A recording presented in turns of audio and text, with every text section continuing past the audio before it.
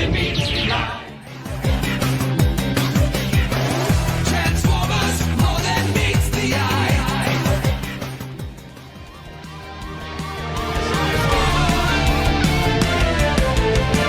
Transformers. The Transformers is now entering its 40th anniversary. Only a select few franchises can say that while still maintaining such popularity, through the highs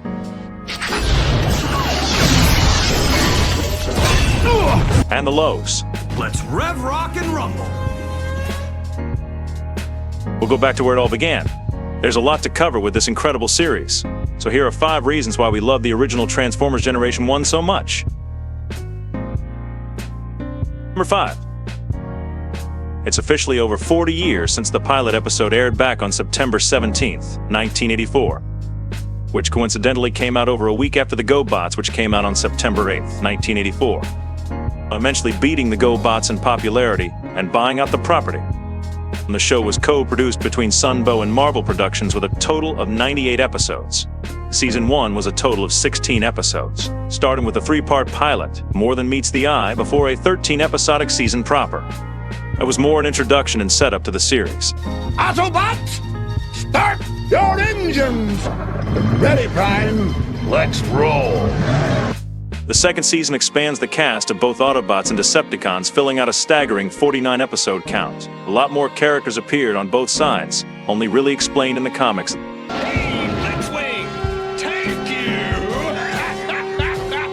This was also the season that introduced new staples and lore such as the female Autobots. Female. Vector Sigma. Before Cybertron was, I was. And more combiners. Aerial bots, show them what you've got. Season 3 followed up with 30 episodes, which became more of a space opera, having a lot more emphasis on drama and space adventure following a different cast of characters. It was also the start of a trend of focusing on a smaller cast while still using appearances from surviving Season 1 and 2 characters. Faster, faster, faster, faster, faster, faster! Get there to work faster, because if you don't, Triplicon's gonna stop us, and then where will we be? Blur, shut up! Only to end on the so-called Season 4 made of 3 episodes that plays more like a TV special. If the final season seemed rushed, that's because it was. Cut from 5 episodes down to 3, but also starting the curse of 4 being bad luck for the Transformers. 5 up, 5 down. It's like shooting cyber ducks in a barrel. Or at least most people will tell you there were only 4 seasons, but there was a 5th. Well, Season 5 wasn't really a season of new episodes, but rather reruns including the animated 1986 movie split into 5 parts. It's essentially a cliff notes of the entire G1 series of major events that took place while Tommy Kennedy got to hang out with Power Master Optimus Prime. This wouldn't be the only time reruns were repackaged as something new. New packaging, same product. Losers. For those that don't know, the reason why it's referred to as Generation 1 because a Generation 2 exists, which is just a terrible rehash of the G1 cartoon with fewer episodes, obnoxious transition effects, and terrible CG opening. They told this instead of trying to produce a new show about the updated toy line. The less said about G2, the better. As for the G1 show itself, it all started many millions of years ago on the planet Cybertron, where robots that could think and feel lived on. The heroic Autobots and the treacherous Decepticons battle over energy resources. But the war raged on until the planet was dying and the Autobots, led by Optimus Prime, decided to leave, only to be followed by Megatron and the Decepticons. After a fight in space, the 2 sides crash-landed on Earth. During this time, all sorts of wacky things happened while the 2 sides were inactive. But that's a topic for another video. 4 million years later, and it's 1984, when the volcano the Autobot ship, the Ark, crashed into erupts. The 2 sides eventually wake up and resume their conflict. Now the Autobots have to stop the Decepticons from draining Earth of its resources and conquering the universe. Other than that, it's really all you need to know about the plot. The 2 sides continuously fighting over energy reserves. When you actually watch the series, you can tell it was from a different time. Amazing. A booby trap that actually catches boobies. Sure, the show was a little dumb. I can sense the presence of my legs. They're nearby. Silly. A big tree with big roots and spreading branches. Otherwise, you'll never escape total oblivion. Okay, I'm trying. And cheesy at times. My nose! You've ruined my nose! but it was a show that had a lot of heart to it and quite a few funny moments. Energize the force fields! What force fields? Whether intentionally or animation errors, the latter being a trend that would continue to plague the franchise in general, mostly due to rushed productions. You can't keep me in here, Megatron! The show at its core was still about robots that turned into cars, planes, and other objects at war fighting each other. Then combining robots got involved, and robot dinosaurs too. Like all shows, there are some lows, but the moments that hit really leave an impression. What I'd give to meet them. Orion. Just because they have an unusual ability doesn't necessarily make them someone you'd want to know. That there was passion and drive to this series, from the voice acting to the writing, that you hardly see in most shows anymore. Even if it was a 22-minute toy commercial aimed at kids, supposedly brainwashing them with subliminal advertising to bother their parents for Transformer toys. It's still a fun, wholesome show worth watching. You did it, little friend. You saved me. Number 4. What would be the point of a toy commercial if there aren't any toys to advertise? An interesting fact about the original G1 figures is that they came before the show did. In the 1980s, the Diaclone and Microchange line was released in Japan. The Diaclone line specifically was following the mecha trend in Japan, where the giant robot is piloted mainly by a human. This explains why Optimus's trailer is more of a repair station for human mechanics.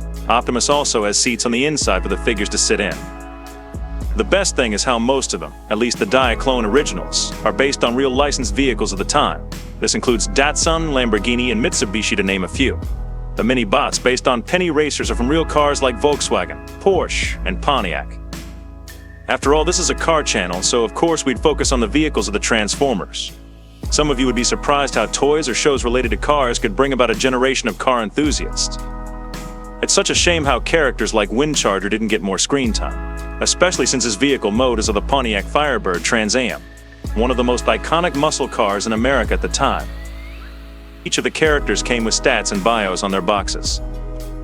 Another appeal is how the toys were made of die-cast for a solid, weighty build. Die-cast construction. It's a lost art. But the downside to that is the material tends to break and fall apart after so many decades. You'll find many on the aftermarket missing pieces or severe yellowing. Thankfully, there are quality knockoffs and official re-releases for many figures, including Hasbro's releases based on the 1986 movie with more animation-accurate deco.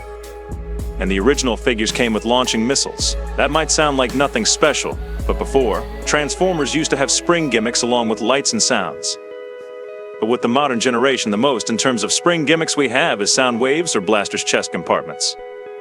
What's unique about this toy line is that the figures came first before the characters, so a lot of creative liberties were taken, including the headless Ironhide and Ratchet, which looking back at it now became very foreboding. By the time Season 3 of the show was made, there was more focus on character design first than the toy to follow. The advantage of this makes more animation-accurate figures, something constantly sought out by collectors today. The toy line continued to expand and grow, even as the show came to an end. There were all kinds of names like Headmasters, Target Masters, Power Masters, Micro Masters, Pretenders, and Action Masters. Action Masters being the strangest, as they were Transformers that no longer transformed, defeating the purpose of the original concept. Who will join me? Who will give up the power to transform to become stronger, faster, more alive? I will! Speaking of massive changes to the franchise, we have to talk about the biggest change of them all. What truly transformed the series forever, and that's... Number 3. August 8, 1986 is the day that everything would change with the release of the Transformers the movie. An adventure made for a theatrical release instead of a TV special, or a multi-part episode like The Ultimate Doom or More Than Meets the Eye. No, this was nearly a 90-minute thrill featuring some of our favorite cast of characters and new ones too. Adventures beyond both Earth and Cybertron. Beyond good, beyond evil, beyond your wildest imagination. The movie was advertised as more music-intensive. Escape into fantasy this summer, into the incredible rock and roll adventure. Transformers, the movie. Having memorable music from Stan Bush, Weird Al, Lion, and original score composed by Vince DiCola. It was a summer event you had to be there for if you were a fan of the series.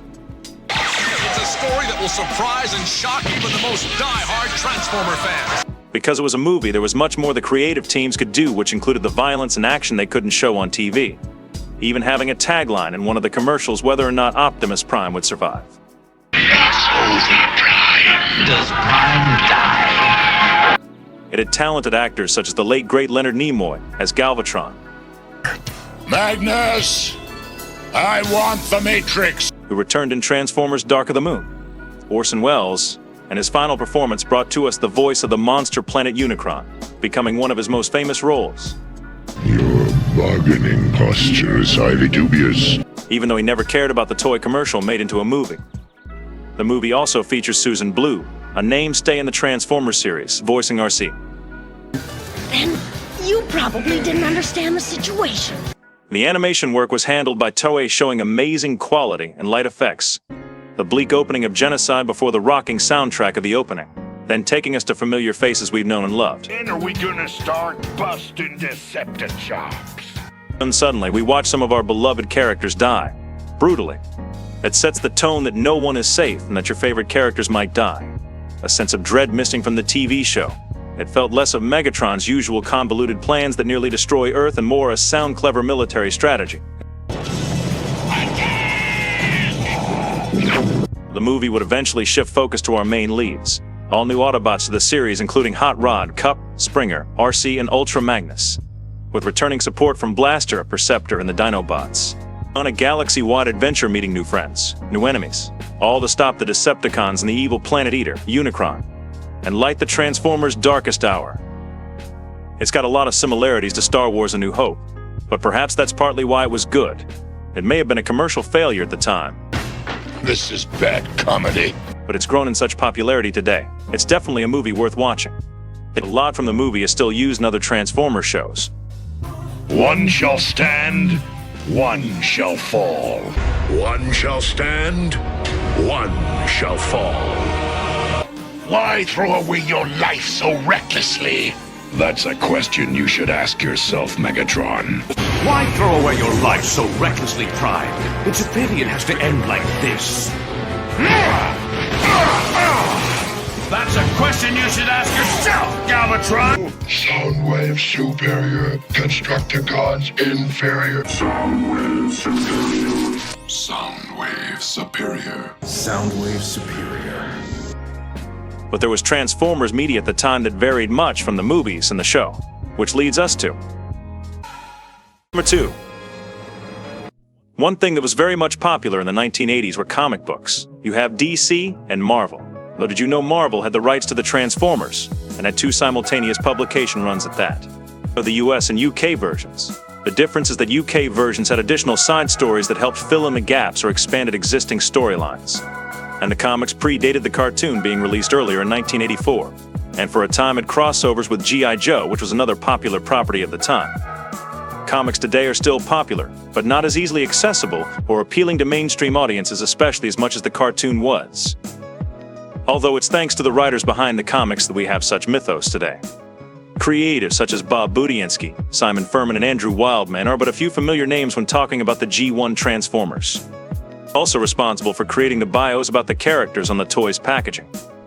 As the comics predated the actual show, there were creative liberties taken with some of the characters that could vary or be drastically changed.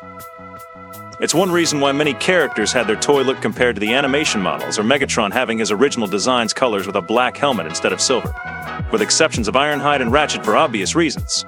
Even Skids got to have a fun little story where he could have abandoned the war to live with a beautiful girl. Considering what happens to Skids, he was better off where he was. We all remember Shockwave, the loyal Decepticon who was left to guard Cybertron for millions of years when Megatron and the others left. Fear not, Megatron. Cybertron shall remain as you leave it. In the Marvel comics, he's entirely different. Cold, calculating, and more treacherous than Starscream, and does become a major threat, especially to Megatron.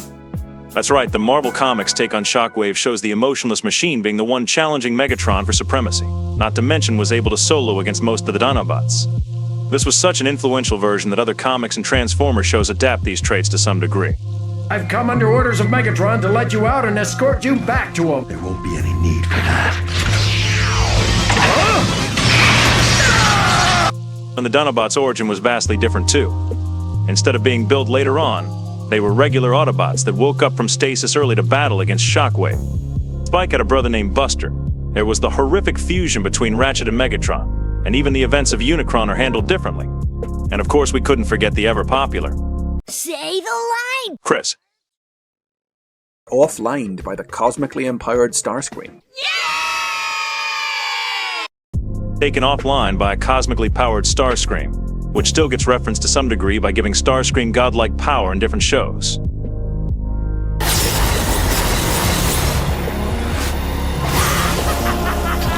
I fear nothing! Not even Primus! It was worth it. But why did something with a relatively simple and basic plot end up so beloved with a dedicated fan base to this day? Well, the answer is simple, and that's because... Number 1. Such a well-loved series mainly because of the characters. What started as a cartoon show promoting toys felt more than that. How even characters with faceplates you could feel and see their expressions, especially with the talented voice actors behind them. But these weren't just toys to advertise. They felt and still feel as real characters. The best way I can describe them is... endearing. She kissed me. Dream on, Bubble Brain. Now let's go. You get moments with each of them, well most, and get to know various traits about them. The high-flying Autobot brothers with Sideswipe and Vane Sunstreaker. Hey, I get the feeling our Jet Judo needs a little more work. Oh? What makes you say that? Cliffjumper's paranoia. Look out! Decepticon! Moist or rather Hoist's trip to Hollywood, and how they quit that business for good. But given the state of Hollywood now, Hoist was a true genius. I'd like to work you in as the leading man in my next film. Well, thanks, but no thanks. My duty as an Autobot comes first, no matter how unglamorous a role it may seem. The traitorous Starscream trying to overthrow Megatron at every turn, essentially when Megatron stubbed his toe. Megatron has fallen! I, Starscream, am now your leader! Decepticons, follow me! Smokescreen with a crippling gambling addiction. Smokescreen, what are you doing? I'm betting it all. And some we tend not to talk about. You're the problem. Get out of here. You're jinxing the controls. Oh no, I'm staying with...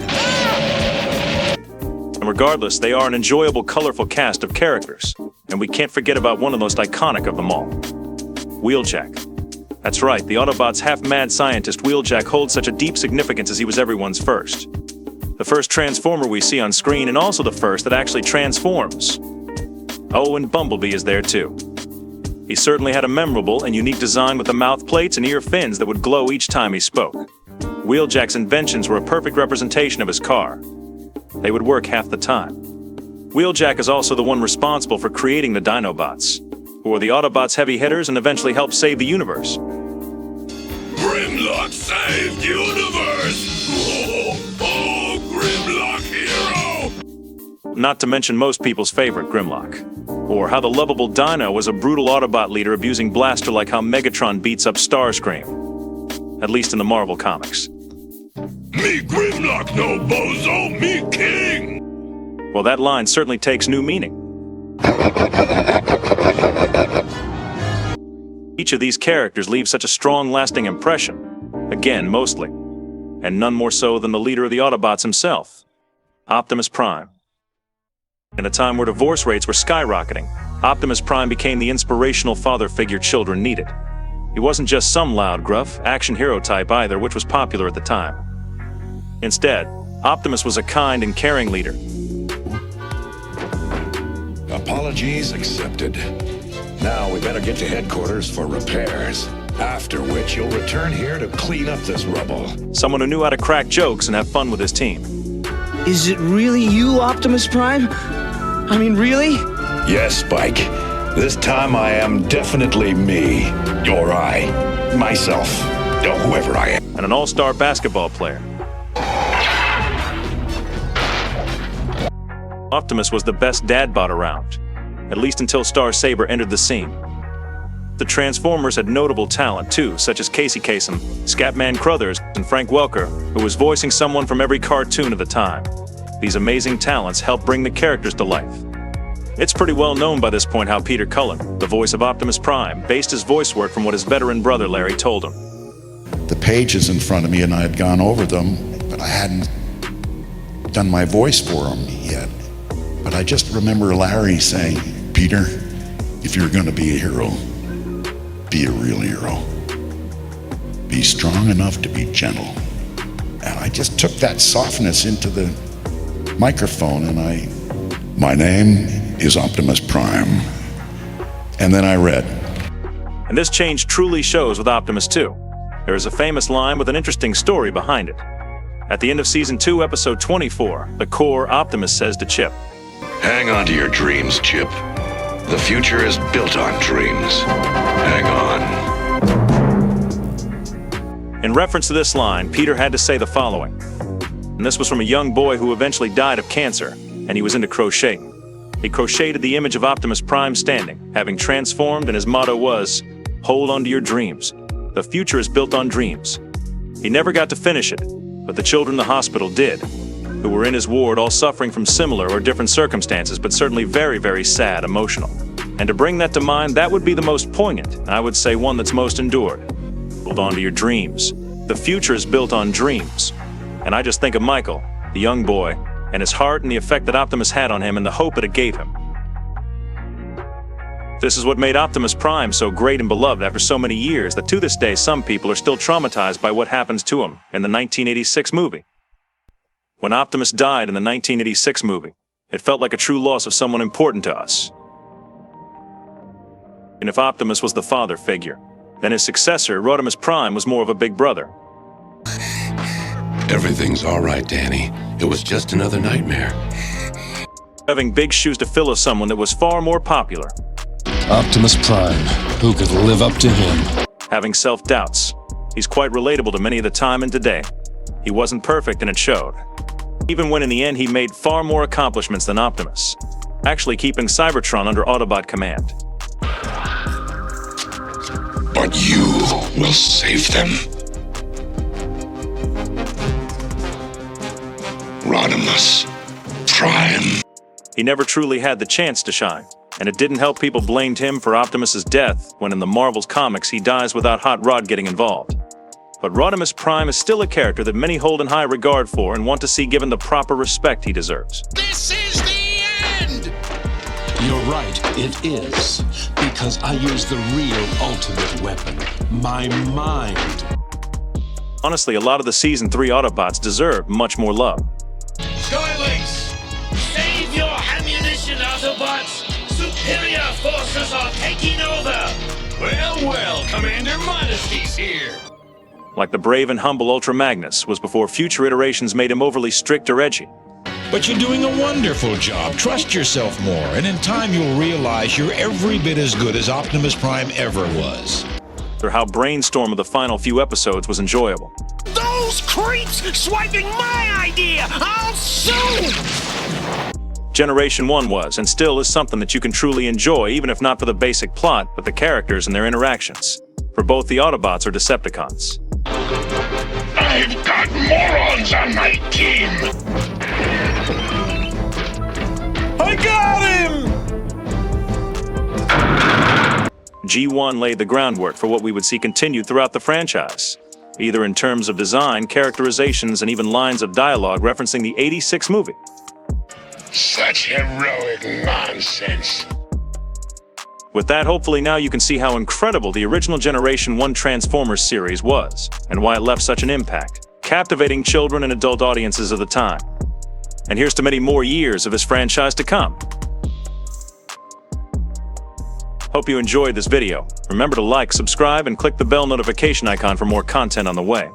Of course, there is more to love about Transformers to still cover, so you don't want to miss out. And remember, keep those engines roaring. Till all are one. Till all are one! Till all